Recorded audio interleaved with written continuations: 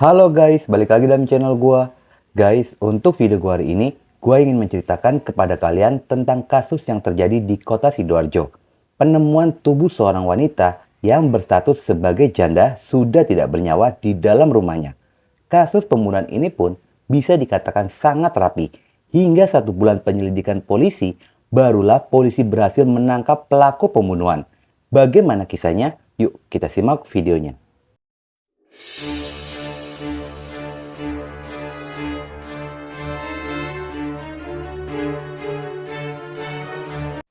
Wanita parubaya ini bernama Irene Siska Windia Astuti, berusia 43 tahun.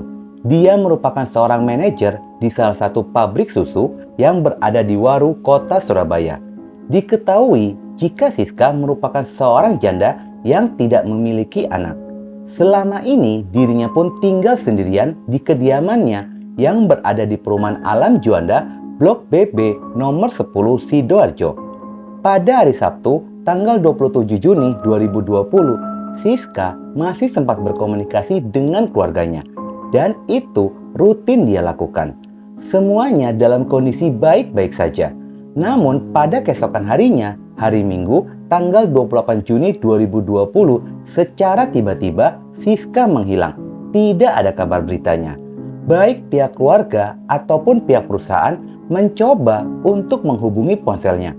Ponselnya pun dalam keadaan aktif, namun tidak ada respon dari Siska. Pada awalnya, keluarga pun tidak merasakan ada kecurigaan karena tidak ada sesuatu yang janggal sebelumnya. Setelah 3 hari berikutnya, Siska masih tidak merespon ponselnya, meski dalam kondisi aktif.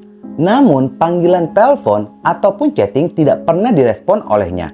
Mulailah timbul perasaan curiga dan khawatir. Pihak keluarga meminta Adi Wicaksono, adik ipar dari Siska, untuk datang ke rumahnya. Selasa, tanggal 30 Juni 2020, Adi tiba di rumah Siska. Adi melihat jika mobil milik Siska tidak berada di garasi. Dia menyangka jika Siska sedang pergi. Akhirnya, Adi pun memutuskan untuk pulang lagi. Pihak keluarga mencoba menanyakan ke perusahaan tempat Siska bekerja. Ternyata pihak perusahaan pun sama jika mereka sedang mencari keberadaan Siska. Siska sudah 3 hari tidak bekerja. Akhirnya pada hari Rabu tanggal 1 Juli 2020, rekan kerja Siska mencoba mendatangi rumahnya. Setibanya di rumah Siska, rekan kerjanya mendapatkan info jika Siska sudah beberapa hari tidak terlihat keluar rumah. Dan menurut security perumahan, jika mobil milik Siska diketahui pergi meninggalkan perumahan pada hari Sabtu malam. Setelah mendapatkan izin dari keluarga, security komplek dan keluarga memutuskan untuk mendobrak pintu rumah. Di saat pintu terbuka, langsung tercium aroma tidak sedap yang sangat menyengat. Dan ditemukan tubuh Siska dalam kondisi yang sudah membengkak tergeletak di ruang tamu rumahnya. Temuan ini pun segera dilaporkan ke pihak kepolisian. Adanya laporan itu, polisi bergegas datang ke lokasi. Setibanya di lokasi, polisi segera melakukan olah TKP. Selain tubuh Siska, polisi berhasil menemukan ponsel yang ternyata ponsel korban dalam posisi dicas di dalam rumahnya. Tubuh korban pun segera dievakuasi ke Rumah Sakit Pusdikgasum Porong guna dilakukan pemeriksaan lebih lanjut. Polisi tidak bisa memastikan apakah korban ini murni meninggal secara wajar atau akibat tindakan kekerasan. Berdasarkan hasil visum, tidak menemukan adanya tanda-tanda kekerasan pada tubuh luar korban, selain adanya memar pada leher korban.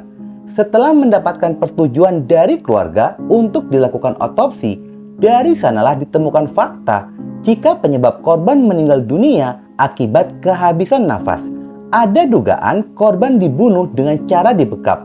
Dari sanalah mulai mengkerucut jika korban merupakan korban pembunuhan. Sementara pada sisi lainnya, hasil investigasi polisi tidak menemukan adanya pintu atau jendela yang rusak, serta tidak menemukan barang yang ada di rumah dalam kondisi bergeser dari tempatnya, baik itu kursi ruang tamu atau barang-barang yang ada di sekitaran. Jika terjadi keributan di dalam rumah, sudah pasti barang-barang di rumah dalam kondisi bergeser atau rusak. yang diduga jika pembunuhan ini tidak dilakukan di dalam rumah. Rumah hanya dijadikan tempat untuk menyimpan tubuh korban. Melihat kondisi itu, polisi menduga jika pembunuhan ini sangat rapi dan cepat, sehingga sangat minim petunjuk yang ditemukan di TKP.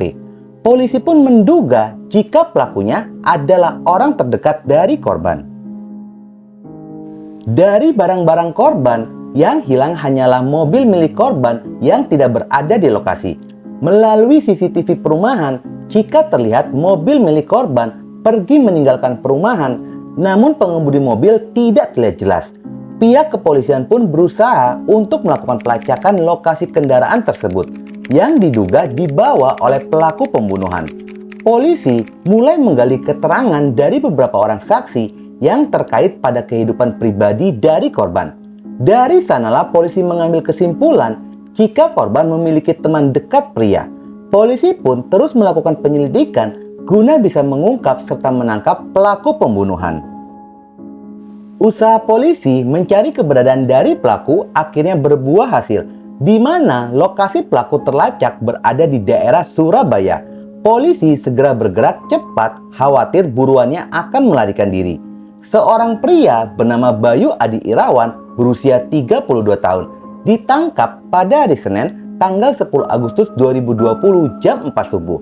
Pelaku ditangkap tanpa perlawanan dan segera dibawa guna dilakukan interogasi lebih dalam lagi mengenai pembunuhan ini.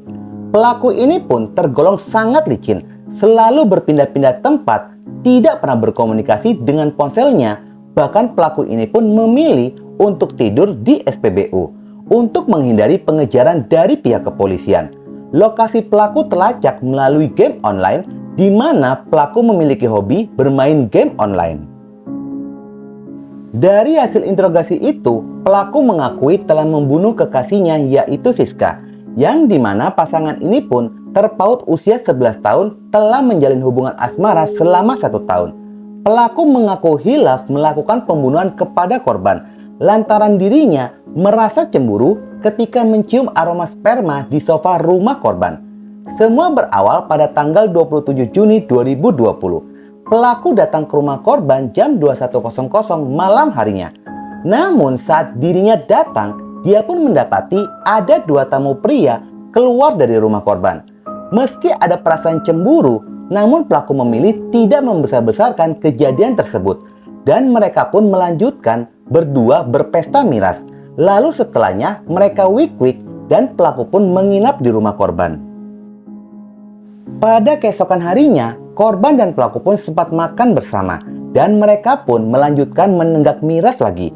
Setelah itu pun korban memasak di dapur sementara pelaku tidur-tiduran di atas sofa dan pada saat itulah dia mencium aroma sperma dari sofa korban.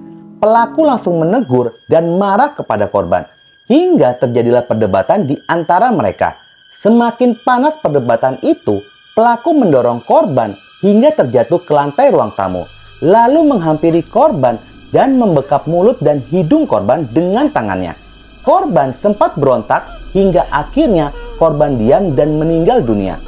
Panik mendapati korban sudah tidak bernyawa, pelaku segera merapikan rumah dan pergi meninggalkan rumah membawa mobil korban. Kasus ini pun dilimpahkan ke Pengadilan Negeri Sidoarjo. Pelaku sendiri terbukti telah melakukan pembunuhan tidak berencana. Jaksa menuntut pelaku dengan vonis 15 tahun penjara. Namun pandangan hakim berbeda dengan jaksa. Pada tanggal 6 Januari 2021, pelaku dijatuhi vonis lebih berat dari tuntutan jaksa, yakni vonis 18 tahun penjara. Guys, menurut pendapat gue pribadi, gue rasa itu aroma sperma punya dia sendiri. Kan sebelumnya pelaku dan korban sudah wik-wik dulu dalam kondisi mabuk setelah meminum miras. Untuk pelaku, makanya habis main tuh langsung dicuci. Jangan seenaknya cemburu, nuduh orang selingkuh. Oke guys, sekian dulu video gue hari ini dan jangan lupa ikuti terus video gue, oke?